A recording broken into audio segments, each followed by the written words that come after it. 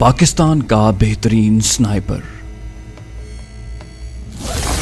दुनिया में अपनी काबिलियत का लोहा मनवाने वाला, दूर मार निशाने में सबको पीछे छोड़ने वाला, पाकिस्तान के दुश्मनों को तिगनी का नाच नचाने वाला, पाकिस्तान आर्मी की शान, दुश्मन के लिए दहशत की अलामत, शानी जी राजू, और दुश्मन के लिए मौत का दूसरा नाम SS, पाकिस्तान के सबसे मशहूर एक्शन नॉवल का दूसरा हिस्सा।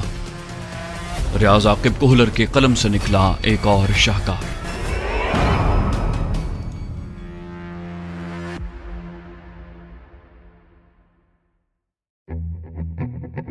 गुलगारे की छोटी बहन रणा की शादी में शिरकत का मौका मुझे आसानी से मिल गया था। रात को मैंने चंद बार गुल का नंबर मिलाया, मगर उसने शायद मोबाइल फोन को पक्का ही बंद कर दिया था। सख्त नाराज लग रही थी, लेकिन यकीन था कि मेरी आमद पर उसकी नाराजगी खत्म होने में देर न लगती। दूसरे दिन मैंने रोमा और पलवशे के साथ जाकर शमरेज चचा और उसके बच्चों के लिए तहाइफ खरीदे। उसी रात को हम जाने को तैयार थे। मैंने रोमा को आने की दावत दी, मगर अब्दुल्लाह की वजह से उसने इनकार में सर हिला दिया। अम्मी जान भी अपने भाई और उसके बच्चों को मिलना चाहती थी, और माँ की वजह से अदील भी मचल उठा था। पलवशा के इसरार पर हम अपनी कार में ही रवाना हुए थे। ड्राइविंग सीट भी उसी ने संभाली थी। माँ जी और अदील तो जल्द ही सो गए, मगर मौसूफा ने मुझे 1 मिनट भी सोने की इजाजत न दी। सुबह का नाश्ता हमने डेरा इस्माइल खान में जाकर किया। आगे ड्राइविंग सीट मुझे संभालना पड़ी, क्योंकि वो सीट से टेक लगाकर इत्मीनान से सो गई थी। गर्दावी चेक पोस्ट तक सड़क हमवार है, उसके बाद पहाड़ियां शुरू हो जाती हैं। वाना पहुंचकर हम अंगूर अड्डे की सड़क पर मुड़ गए।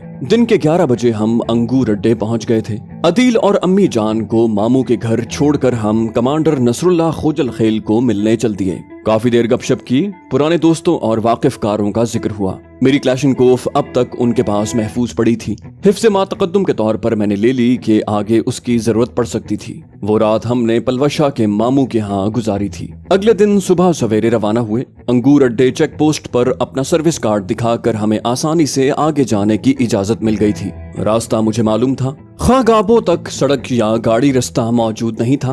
मजबूरन हमें कार पलवशे के मामू के घर छोड़ना पड़ी। पलवशे ग्लॉक 19 लाना नहीं भूली थी। चेक पोस्ट से थोड़ा आगे आते ही उसने बुर्का उतार दिया था। उसने बैग लेने को हाथ बढ़ाए, बोली, ये मुझे दे दो। मैं हंसा, क्या ये मुमकिन है? वो चाहत से बोली, राजू मुझे इतना नाजुक भी ना बनाए। मैंने कहा, मेरे लिए तो फूल से नाजुक, कली से कोमल और कोम्पल से मुलायम है मेरी पलवशे। वो लाड से बोली, पिटाई करते हुए तो ये भूल जाते हो। मैं वारफ्तगी से बोला, हाथ ना टूट जाए जो तुम्हारी पिटाई करूं। उसने मुंह बसूरते हुए मतून किया, भूल गया है कितनी पिटाई की थी, और ये ताना वो पहली बार नहीं दे रही थी। हर ऐसे मौके पर याद दहानी करवाना वो फर्ज ख्याल करती थी।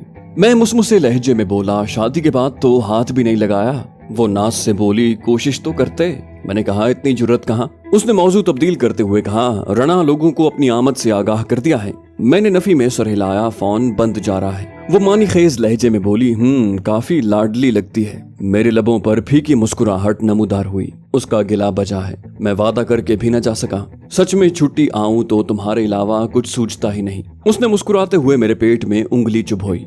झूठे, मैंने तो आपके साथ ही आना था। मैंने बात बनाई, जब तुम्हारे अलावा कुछ सूझता ही नहीं है तो वादा कैसे याद रहता?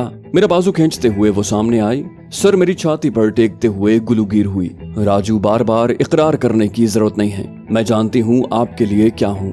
मैंने छेड़ा, भीतरी खुद ही तो पूछती रहती हो, बताओ कितनी प्यारी हूँ, कैसी लगती हूँ, कितना याद आती हूँ, और अब इकरार की जरूरत नहीं। होंठों पर खफीफ हंसी लिए उसने अलहदा होकर आगे कदम बढ़ाए। रणा की शादी कहाँ हो रही है? मैंने नफी में सर हिलाया, पता नहीं। वो कुरेद कुरेद कर चचा शमरेज के कुंबे के मुतालिक तफसील पूछती रही। गुलगारे के बारे में उसे पहले भी तफसील से बता चुका था, अब दोबारा सब कुछ दोहराने लगा। दोपहर को एक चश्मे के किनारे रुककर खाना खाया और फिर चल पड़े। रात हमने एक गार में गुजारी। तलागंग की गर्मी से झुलसे अजसाम को वजीरिस्तान की सर्दी कुछ ज्यादा ही महसूस हो रही थी। लिहाफ कंबल वगैरह तो था नहीं, सर्दी से बचने को आग जलाना पड़ी। पलवशे तो आराम से मेरी गोद में सर रख कर बुर्का ओढ़ कर लेट गई थी। मैं गार की दीवार से टेक लगाए ऊँघता रहा।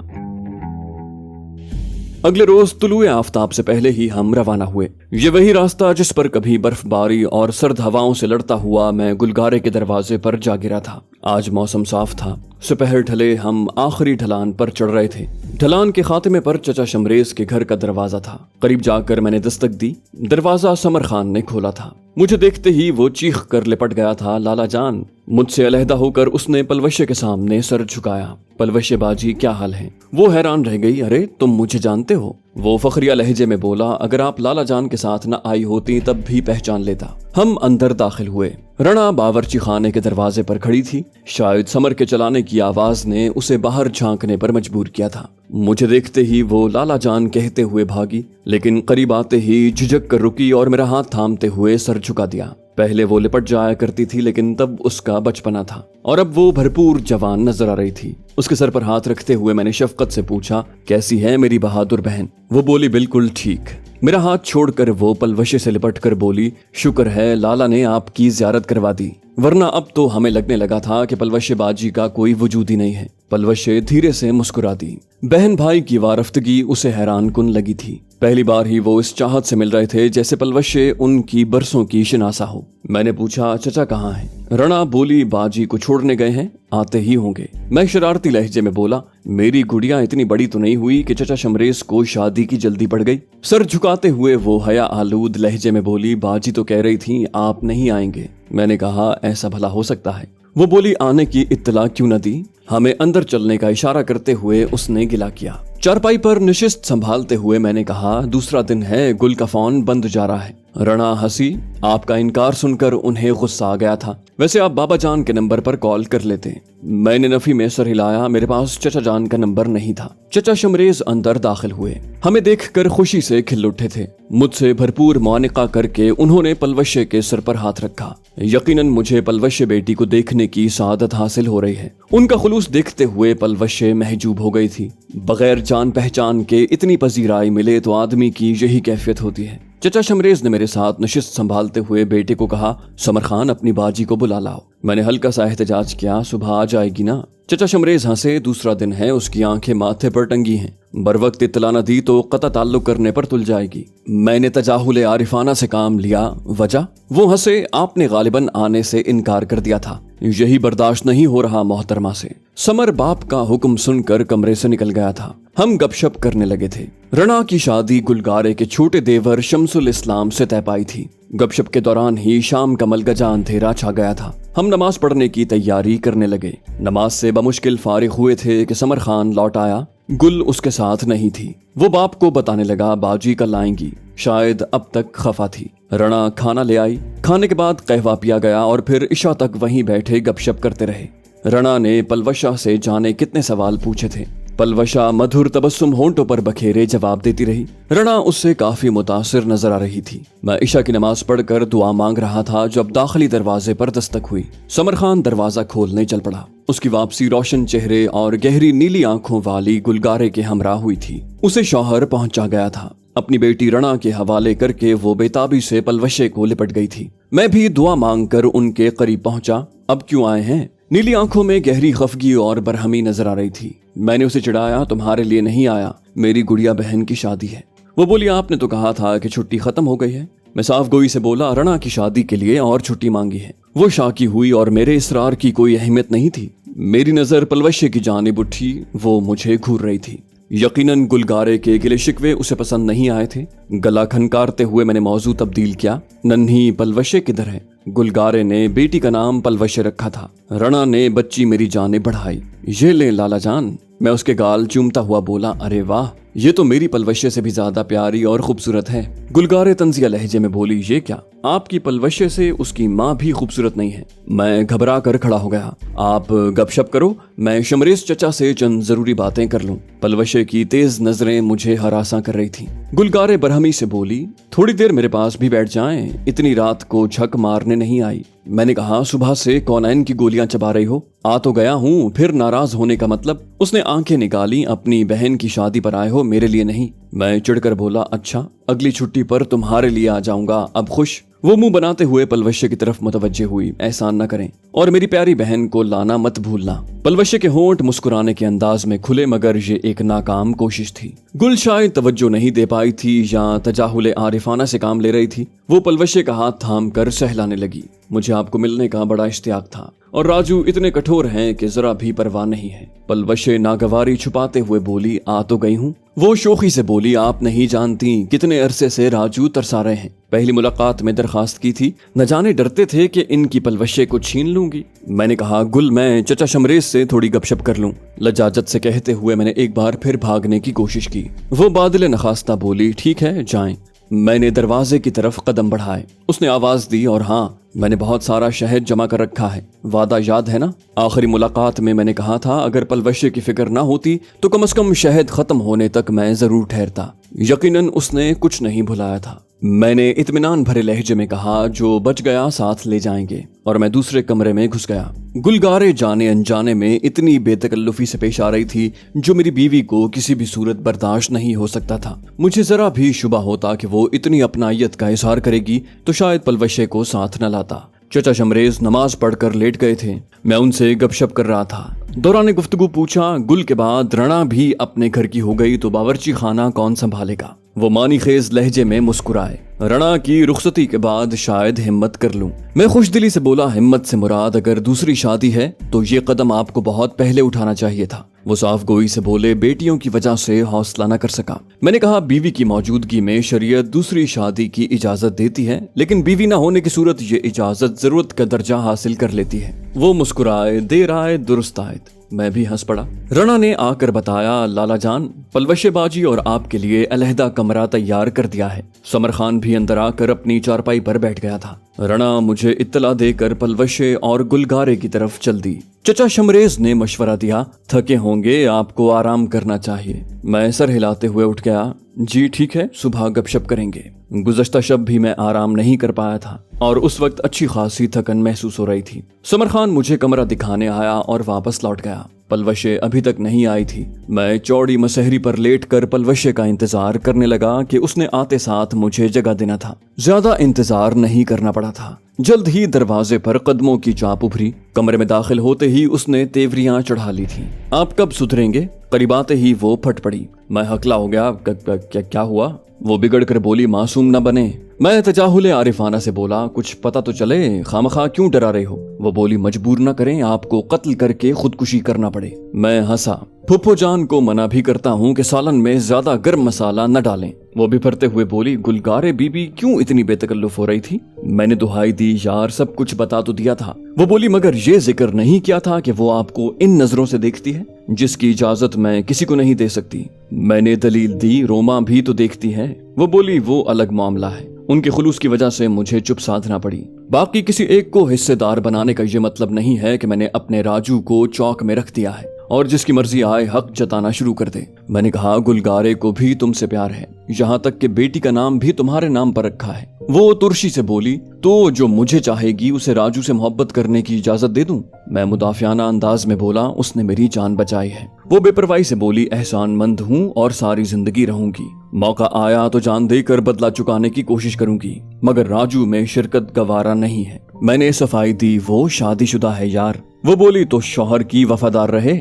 मैंने कहा, पलवशे याद रखना वो आला किरदार की मालिक है। वो तुर्की बतुर्की बोली, उसके किरदार पर शक नहीं, अंदाज से चिढ़ है। मैं बेबसी से बोला, तुम नाकाबिले इलाज हो। उसने तंजिया नजरों से घूरा, तो गोली मार दें, निशाना आपका यूं भी खता नहीं जाता। मैं झल्लाते हुए बोला, पलवशे पिटोगी। बोली, हाथ तो लगाओ, हमेशा हमेशा के लिए चली जाऊंगी। मैंने कहा, यार मुझे नींद आ रही है। मैंने तंग आकर आंखें बंद कर ली थीं। वो बोली, पहले कभी खफा होकर सोने की इजाजत दी है? उसके होंठों पर दिलावेज तबस्सुम उभरा और वो मेरे चेहरे पर झुक गई। उसकी पेशकदमी का जवाब देते हुए मैंने वारफ्तगी से पूछा, क्या कोई तुम्हारी जगह ले सकता है? उसने मुंह बनाया, खौफ जगह छिनने का नहीं है, आपकी बेराहरवी से तंग हूँ। मैं बेबसी से मुस्कुरा दिया। मुझे सीधे और करारे जवाब देना उसे अच्छी तरह आता था। बीवी बनकर भी वो महबूबा के दर्जे पर फाइज थी, और ऐसी बीवी के लिए जो महबूबा भी हो, शौहर को तिगनी का नाच नचाना बाएं हाथ का खेल होता है। मैंने कहा, बस अफसोस ये है कि तुम मुझे इतनी प्यारी क्यों हो?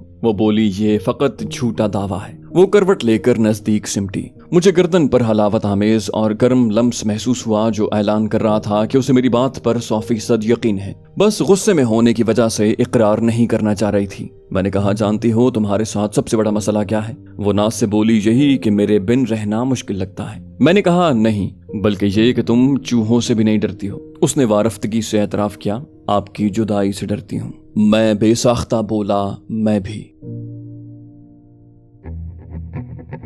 अगले दिन शादी के हंगामे शुरू हो गए थे। शादी हो और हल्ला गुल्ला ना हो, ऐसा वजीरिस्तान में नहीं हो सकता। गो वो इलाका अफगानिस्तान की हुदूद में दाखिल था, लेकिन वहाँ रिवाज वजीरिस्तान वाले ही थे। पलवशे, शोरगुल और हल्ले गुल्ले की वैसे ही मतवाली थी। दिन भर रक्स सुरूद की महफिल में मशगूल रहती। घर में चूंकि गैर औरतों का भी इकट्ठ होता, इसलिए नाश्ते के बाद मैं बैठक में घुस जाता। आखिरी दिन असर के वक्त दुल्हन ले जाने वालों के लिए लकड़ी का चंद इंच लंबा खूंटा करीबन 300-350 मीटर के फासले पर गाड़ा गया। रिवाज के मुताबिक जब तक दूल्हे वाले खूंटे को गिरा न देते, दुल्हन को नहीं ले जा सकते थे, चाहे उसके लिए वो पूरी रात ही कोशिश करते रहते। दूल्हा और उसके साथियों को फायर की दावत दी गई। चूंकि ये तकरीब चचा शमरेज की हवेली से मुत्तसिल मैदान ही में बरपा थी, इस वजह से औरतें छत पर चढ़कर तमाशा देख रही थीं। मेरे अंदाजे में हदफ का फासला क्लैशनकोफ की कारगर रेंज से थोड़ा ज्यादा था। दूल्हा और उसके दोस्त बारी बारी निशाना आजमा रहे थे, मगर कामयाबी किसी के नसीब में नहीं थी। उमूमन तो दूल्हे वाले खूंटे को मामूली सा जमीन में दबाते हैं कि जरा सा गोली करीब क्या लगी और खूंटा गिर गया। इसी तरह वो ज्यादा से ज्यादा 100-150 मीटर के फासले पर खूंटा गाड़ते हैं ताकि जल्दी ही जान छूट जाए। मगर वो खूंटा कुछ ज्यादा ही गहराई में दबाया गया था कि जब तक गोलियां मार मार कर उसे तोड़ा न जाता, जमीन से नहीं निकल सकता था। फासला भी ज्यादा था। मुझे ये किसी की शरारत लग रही थी। या तो उसके पीछे पलवशा का हाथ था या गुल ने ऐसा किया था। दूल्हे के ज्यादातर दोस्त किस्मत आजमाई कर चुके थे, लेकिन खूंटा उनका मुंह चढ़ाता हुआ कायम दायम था। कई मैगजीनें खाली करके भी उन्हें कामयाबी हासिल नहीं हुई थी। अब तो दूल्हे के दोस्त निशाना साधने से कतराने लगे थे। मैं चचा शमरेज के पहलू में बैठा दिलचस्पी से उनकी कोशिशों को देख रहा था। वहाँ मौजूद लोगों में फकत चचा शमरेज ही मुझे जानते थे, बाकी लोगों के लिए मैं अजनबी था और मेरा तारुफ करवाने या अपनी निशानेबाजी से उन्हें मुतासिर करने का कोई शौक या इरादा नहीं था। उसी वक्त समर खान करीब आकर मेरे कान में सरगोशी करने लगा। लाला जान, गुलबाजी कह रही हैं कि खूंटा काफी गहराई तक ठोंका गया है, इसलिए टूट सकता है, गिर नहीं सकता। मैं मुस्कुराया तो समर खान बोला, कह रही हैं आपको फायर करना होगा। मैंने मुस्कुराकर पूछा, कहाँ है वो? समर खान ने हवेली की छत की तरफ इशारा किया। वहाँ खड़ी हैं। पलवशेबाजी भी उनके हमरा हैं। मैंने मुंह बनाया, पहले से शक था ये कुछ ऐसा ही करेंगी। समर खान ने मजीद इंकिशाफ किया, गुलबाजी कह रही हैं 3 गोलियों में ही खूंटा गिराना होगा। चचा शमरेज ने भी हमारी बातों पर कान धरे थे। मेरी तरफ झुककर दबे लहजे में बोले, बेटा वक्त जाया हो रहा है। मुझे पता होता पलवशे बेटी और गुल ये शरारत करेंगी तो उन्हें कभी खूंटा लगाने न भेजता। शमरेज चचा के दरखास्त नुमा हुक्म पर मुझे उठना पड़ा। 300-350 मीटर के फासले पर निशाना लगाना मेरे लिए मजाक ही था, लेकिन उस सूरत में जब मेरे पास स्नाइपर राइफल होती। क्लैशनकोफ असॉल्ट राइफल है और सिफर होने के बावजूद उससे इतनी बारीकी में निशाना नहीं साधा जा सकता। हर हथियार की गोली में बारूद की मखसूस मिकदार होती है, लेकिन फिर भी बारूद जांचने वाले पैमाने को वजन की एक ब्रैकेट बताई जाती है। जैसे G3 की हर गोली में 382 ग्रेन से लेकर 394 ग्रेन तक का बारूद मेयारी तस्वुर किया जाता है,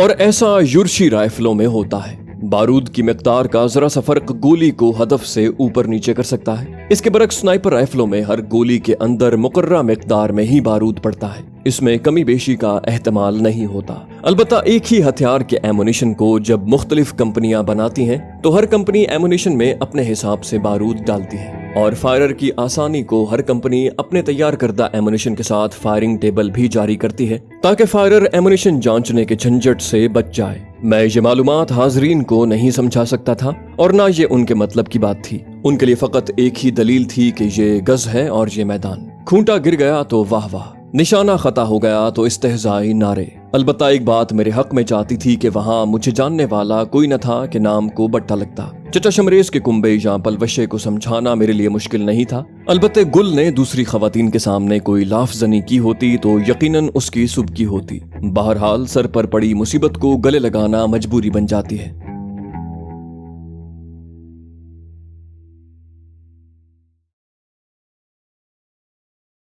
तो दोस्तों दोस्तों ये थी हमारी आज की एपिसोड। उम्मीद करते हैं आपको हमारी कहानी पसंद आई होगी। जाने से पहले इस वीडियो को लाइक कीजिए और शेयर करना मत भूलिए।